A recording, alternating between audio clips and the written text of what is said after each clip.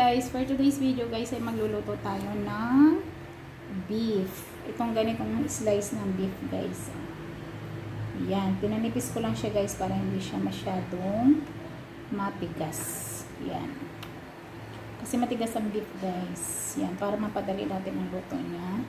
Tara, samahan niyo muna akong ibabato. Ayan, maglalagay tayo dito guys ng sesame oil.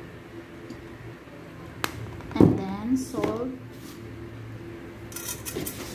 And then maglagay tayo ng black pepper. Ayan. Ngayon, ilagay natin ito dito. Ihitinunin muna natin guys. And then isa-isahin natin siya dito ilagay. Ayan.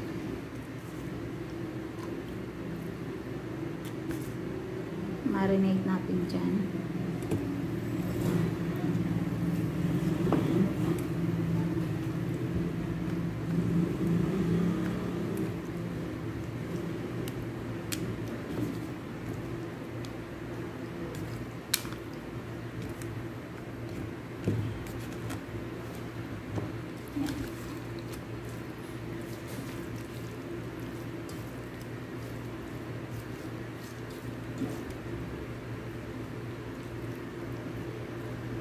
Ayan guys, aside muna natin yan. I-prepare natin ang ibang ingredients.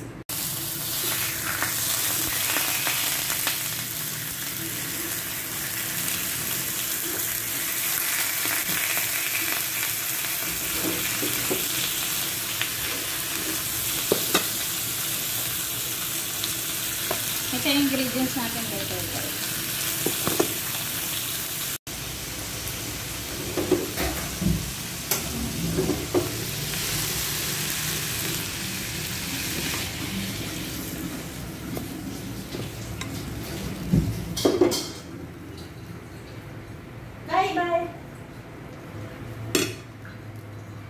Ayan guys, maglagay tayo ng konting butter. Hindi na ako nagpalit ng kawali guys, kasi pwede naman. Ayan. Tunawin lang natin yan. And then ilagay natin yung onion na white guys.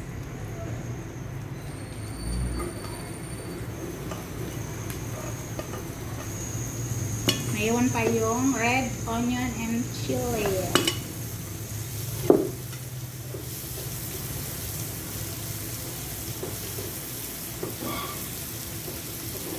Hindi ko na ito lalagyan guys ng lasa kasi ito diba meron na to. May paminta na to, may salt. Kaya ito na lang.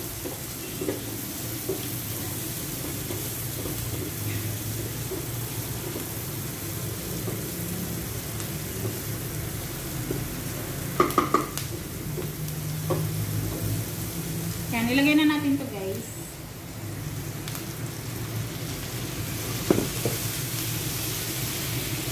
Guys, tatawagin natin itong niluto natin ngayon guys ng beef onion steak guys. Ayan. Ayan.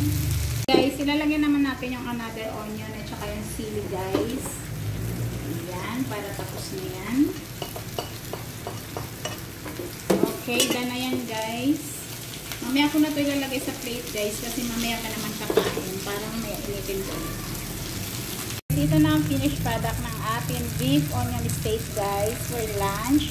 Yan nga, kaya tinawag lang natin yan na beef onion steak kasi marinate lang natin yan dun sa sesame oil and then black pepper and salt, and then ginisa lang natin yung, pinirito lang natin yung beef, and then nagisa tayo dyan sa butter ng onion white. Saka natin nilagay yung ating fried beef, and then nilagay na, pagkatapos nilagay na natin yung ating red onion and chili. Ayan na siya guys. Diba? Mukhang yummy naman siya in light in color.